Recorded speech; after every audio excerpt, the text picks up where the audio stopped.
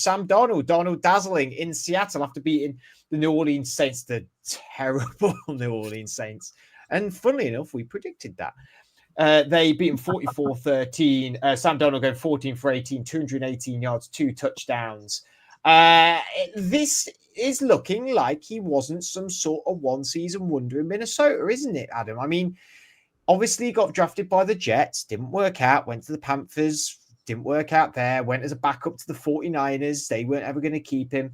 Got the backup job at Minnesota, and as we spoke about in our middle section just then, he then came in for the injured JJ McCarthy. A lot of teams were looking at him. A lot of teams wanted him. A lot of fans wanted him. And Seattle were the ones that were sealed him to quite a big contract. And let's all be honest, I think we're all a little bit like, well, you got to go prove it now, man. You got to go prove it and show us what you can do. And you know, they're 2-1. They lost their first game of the season to the 49ers. That was a close game. He's looking pretty darn good. Darnold good, some may say. Some may say that, yeah. Yeah, he's looked decent. I think the real test and the real one that he's played against was definitely away at Pittsburgh. I think the fact that he did have a couple of interceptions, he wasn't great, but the fact that he had a couple of touchdowns, 295 yards as well. You know, they got 31 points. They looked like a good team. I think again, this is about the right guy in a system that's working, and there's a lot of credit that needs to go to Mike McDonald. The defense is very, very good. The special teams has been great for the Seahawks in the last few weeks. But Darnold is looking good as well. And he made a couple of mistakes against the Steelers, but he had a pretty clean game against the 49ers. And then it's difficult, isn't it, against the Saints because they're so crap. It's like it's difficult. I think everyone's going to look good against them this year. It's just what they've done to their franchise. So it's really tough in that respect. But yeah, I think he's looking all right. He's looking like the Sam Darnold of last year, and I think that's, to be honest, I think that's probably all that the Seahawks could really have hoped for was to get that Sam Darnold. Because when you remember what he was like and how bad he was at the Jets and how it was such a struggle all the time, and you just kind of felt like this guy is never going to get it going. And then he kind of, he went back and sort of like went into being a backup, and now he's sort of like developed himself and he's become a starter again. And it feels like he really has done. He's done well, and I will keep saying the same old thing. Let them sit. Let them develop. You throw him in at the Jets, and all hell breaks loose. What a surprise! This is the thing, but he's had time, and it's worked, and now he's getting. He's been with a couple of organisations in the Vikings and now at the Seahawks, and you've got some good coaching, some quality coaching going on there, and he's looking all right, and they're using him in the right way. And so, yeah, I think he's going to be good for them. And a lot of people were saying, why are you getting rid of Geno? Why are you bringing Sam Darnold? You're basically paying exactly the same. What are you doing this for? Well, in a way, you could argue you've kind of almost got yourself a Geno just 6 or 7 years younger. So happy days, sort of, for the Seahawks. That's exactly what I was going to say. You've basically got Geno younger and probably better, just slightly better, but with the same sort of style skill set. Yeah, I mean, he actually threw for more yards against the Steelers than he did against the Saints, fully enough. He threw for 278 and threw for 233 against New Orleans. Obviously, close game with the 49ers, but only threw for 146. What's his stat line in the season so far? 663 yards, 4 touchdowns, 2 interceptions. He's also, if I just get my notes back up here, 7th in completion percentage, 14th in yards, 4 touchdowns, like I said, 3rd in yards per attempt, 8th in passer rating, and has been pretty clean. He's only been sacked 3 times, Sky. I think this is, and we said it with Wentz as well about the coaching, like, and his team movement post being a starter. San Francisco, Shanahan, fantastic coach.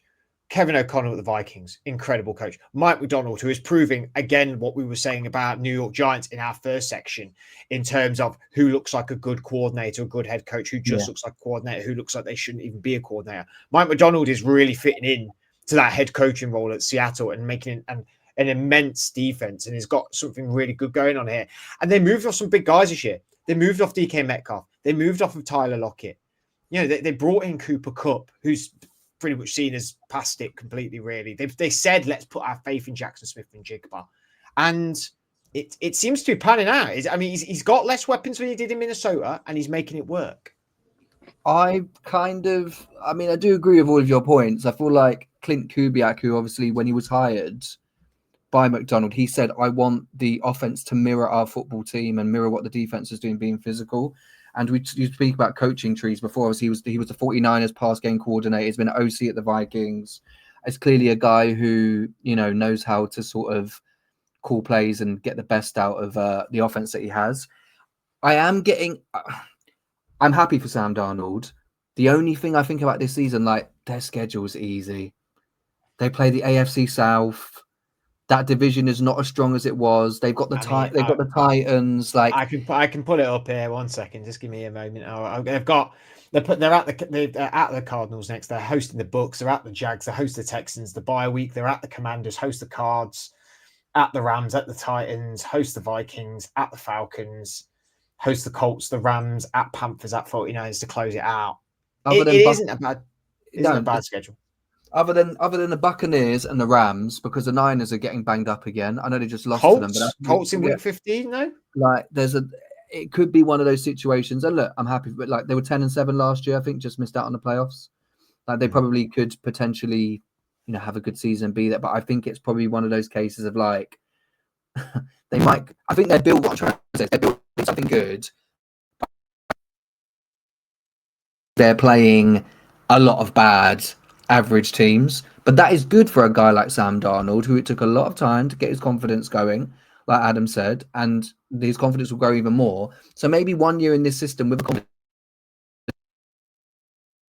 build something better. But I'm just a little like, even that Steelers game, the Steelers throwing it away. You had the bizarre special teams thing that happened. Like, it wasn't. I think for me, that was more like the way that the Patriots beat ourselves against you guys. I thought that was more they beat themselves. The Steelers beat themselves against Seattle, which does happen in the early weeks of the season. So, I guess what I'm saying is I'm not as convinced probably as you. But do you think there's an element of luck in it? Do you think? Yeah, and I think that luck will continue because that, like, any team who had the drawing playing the AFC South this season, bloody hell. That's a lot of nice wins to have. And I think that, if anything, makes the NFC West probably look better, but it's not as strong as it was, you know, before. It's I mean, the fact that even people before the season, some people might even said Seattle have a chance, was mainly because we know Stafford could get hurt at any point. Touchwood not, because we all do like the Rams and they're a great team. But even the Niners, Bosa's done for the year now. We're getting to the point with the 49ers where we're going to think, well, Purdy's been banged up, Bosa's banged up. Like, the door's open for them. Yeah, but I think it's open because, like you said, an element of luck. But you have to take advantage of that, right? So if they can carry on being hot and do well, then fair play to them. I just think a lot of the success by the end of the year will be 70% circumstantial. Because you could, like we did say about, you know, the Vikings defense being really good. I said that Wentz, had to get the points on the board though, and you could say the exact same thing about Seattle, couldn't you, Adam? Like, you have to get points on the board, but like, you know, it was a very close game against 49ers and you lost, and that was only 17-13. All right, first game we're part of the new team, I suppose, and then you win 31-17 against Pittsburgh, but there's a lot of element of Pittsburgh performing incredibly poorly. And then, you smash New Orleans, but who's not going to smash New Orleans? You know, like who's not going to do that this year? So then when you look at, like, for me, litmus test, maybe the Commanders in week 9. I think the Bucks. Sorry, yes, the Bucks in week 5. Yes, Yeah. apologies. Yeah. I think the Bucks. Is, Do you think that's the litmus test for them? For is this going to work? yeah, Bucks, Commanders, Rams. I think that's probably what you're looking at. But yeah, I mean, I think just to come out and say it's lucky, I think is a bit harsh on them. But yeah, they do have an easier schedule. You know, you can't come out and say it's not. It's quite clear that it's an easier schedule. So it's. But I think the thing that's good about this team, just in general, is that they are literally scoring from all three parts of the team. That's the thing. It's not all about Sam Darnold. It's not all about the defense restricting the opposition. They're scoring as well. The special teams, like I said, it's been crazy. Horton, who they've got, you know, it's been really, really good for them on special teams, and yeah, that they're capable of scoring from anywhere now, and I think that's the real positive that they've got. But yeah, I mean they're just they're a solid team. That I don't think there's anything spectacular about them, and they probably will be found out at some stage. I think I think that kind of does make sense, where they will go up against that better quality opponent who just will blitz them at some point. But I think they're going to be a tough team to beat. And you know, we go on a lot about the McVay coaching tree and the Shanahan coaching tree, and how it all goes down the same thing. Clint Kubiak obviously is doing a great job here, and he has come from the same thing. I think the Harbaugh coaching tree is really underrated, and I think you're seeing this with Mike McDonald. I think you're going to see it next year when Jesse Minter gets a head coaching job. I'd be surprised if that doesn't happen. And you're starting to see that, you know, that is a bit of an underrated one as well. And but yeah, I think the Seahawks, they'll do well, and I think they're going to push the Rams and the 49ers for the division, definitely.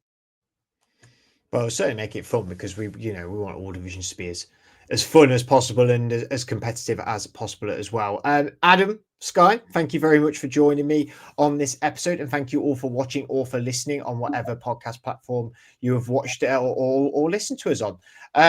Make sure you check out our socials over the weekend. We are going to be in Dublin, Ireland, for the Pittsburgh Steelers versus the Minnesota Vikings game. We're going to be doing a lot of very fun activities. Myself, Sky, Andrew will be there, representing the franchise tag, also Sky representing Sky's the Limit, his channel, and we'll be with some very good friends as well. Shane Brennan from the Irish NFL Show, Andy Davis from Across the Pond podcast. We've got a lot of friends that we've got to catch up with, and a lot of G's to be splitting, as we laughed about earlier.